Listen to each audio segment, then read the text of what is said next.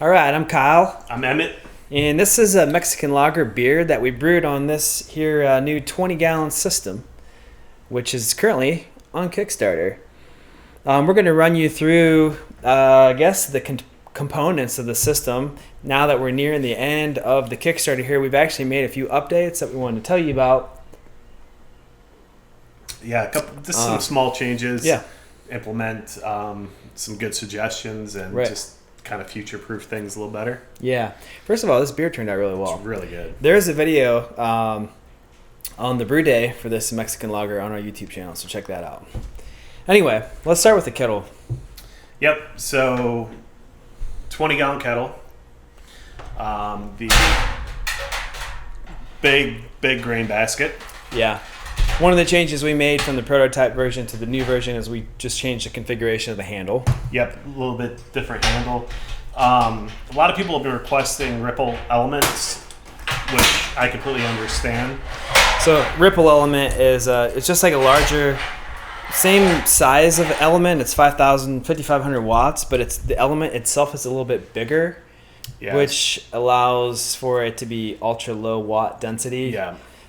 Making it less likely that you'll scorch your mash. Yeah, so we switched to a ripple element, and then we had to slightly modify our heating element adapter in order to fit the ripple element. So it's an updated version of the element adapter, works great, and it works really well with the ripple element. Yep, so that's another change we made.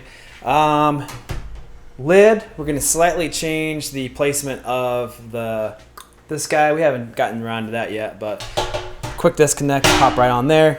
Basket comes up. We have 3 hooks for the basket. So when you're done with your mash, you just pull the grains out, pop your hooks in, and put it down there. Are we going to include a pulley? I think for Kickstarter, we'll include a pulley. Okay. So if you order on Kickstarter, we'll toss in a pulley. Super helpful, especially if you're brewing a finished 10-gallon batch. Right. You need a pulley. Did we budget for that? We haven't budgeted for that. I guess we're including the pulley. I think if you're kickstarting, we'll throw the pulley in. All right, cool.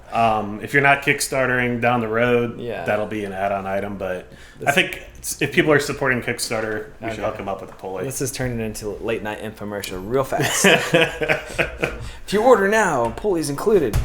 So 2 hop silos are included with this system. You're going to brew big batches, and they're going to be like, big hop bills. Big hop bills. You're going to need 2 of these. So 2 will be included with the system. Yep. Standard pump and chiller. Yep. Work great. So no changes there. Both of those are the same. And then the same. We got our hoses with the quick disconnect. I love these fittings. They're great. Super reliable, easy to work with. We started with a different fitting long ago. Years ago, we used the cam locks. Yeah, these before are production. Yeah, those are much better. All right, microphone's not included.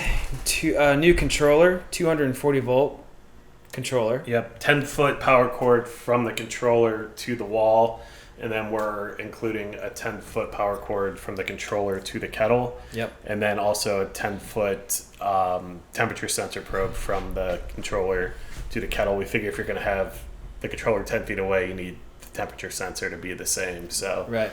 The issue with 240 volt systems is you can't put an extension cord. Not recommended. Cords, yeah. Right. Can you even do that? You probably could, but you would have an open connection if water were to spill, or you don't want not that. Ideal. Right. So we're just including a lot of power cord length. Yeah. So 20 feet you have from your outlet to where your system needs to be sitting. And then if you need longer, when your electrician comes to wire in, if you're going to be putting in a new outlet, they could always put a new power cord into the system, or you could shorten it up if it's too long. But we've kind of looked at everybody's setups and figure out what people are doing. And 10 feet both ways seem to be a good solution. So. Right. One note, this is the receptacle, whatever that you'll need to plan for. Yep. Like a big dryer, standard dryer standard dryer plug. Double 15 pole, 30 amp. And you want to have your electrician install GFCI breakers in the panel on that circuit, right? Just because liquid and electricity. Right. So this is a must. If you're going to be brewing 10-gallon finished batches and you're going to have, you're going to be boiling, 17 gallons or something like that, potentially? 14, if you're brewing 14 gallons. You got a really big beer going. Yeah. You're going to need 5,500 watt element. You're going to need 240 volts. Yeah, and this system also works great. This is what you need. Works great for 5-gallon batches. I'm getting a lot of questions from folks that are like, hey, I don't always want to brew 10-gallon batches. Can I brew 5-gallon batches in this system? Absolutely. Right. And if you're brewing a 5-gallon batch, you could brew an enormous grain bill in here because you can fit so many grains. Gotcha. I just brewed the Tiny Bottom last week. Gotcha. With this kettle with the 5-gallon batch. Worked really, really well. So cool. If you're not looking to always brew 10 gallons, but you want the option, it's a good solution for both. Cool. The controller also, in addition to controlling the element and the temperature in the kettle, operates the pump. So you just have push button operation for the pump. I should probably just mention that you literally just punch in whatever temperature you want for your mash. That's how that works out. So that's how the element's controlled. Yep. Pump is just on off. Yep. This has an alarm built into it. Yep. So if you're working on some other things and you're waiting for this to heat up the mash temp, you could just set an alarm for whatever your mash temp is, and it will let you know when it's ready for you to mash it. It's got the high alarm and low alarm. So if you're chilling, you can set a low alarm too. Which is very Works handy. really well. We've over chilled. Yep. When we're doing hop stands. Yep. Like many If you're shooting for 170, it's nice to put that low alarm in just as a reminder if you get distracted. Right. You can also put it in percentage of power mode for boil. So crank it to 100 and dial it back to 60% or whatever you need to maintain your boil. So that's a really nice feature as well. This is what, PT100 or yeah. Is it okay? So super highly accurate temp probe. Yep. And that slides into the included thermal well in the front of the kettle, and super easy install. This slides in. Cool. All right, I think that's it, right? So the Kickstarter is done in just a few days. I think it ends on the 20th. We should have looked this up. Yeah, it's soon, a couple days. Yeah. So make sure you get your order in if you want that pulley, because I talked Kyle into throwing them in. So. So our Kickstarter is up until July the 20th.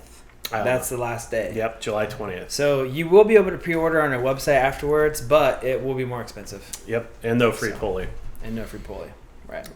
I'm really banking on that pulley. Yeah, for it. Yeah. Okay, cool. Well, thanks for watching. Check out the Kickstarter. And thanks for your support. Yeah, have a great week. All right. Beer came out great. It did. This one? Yeah. I really like it.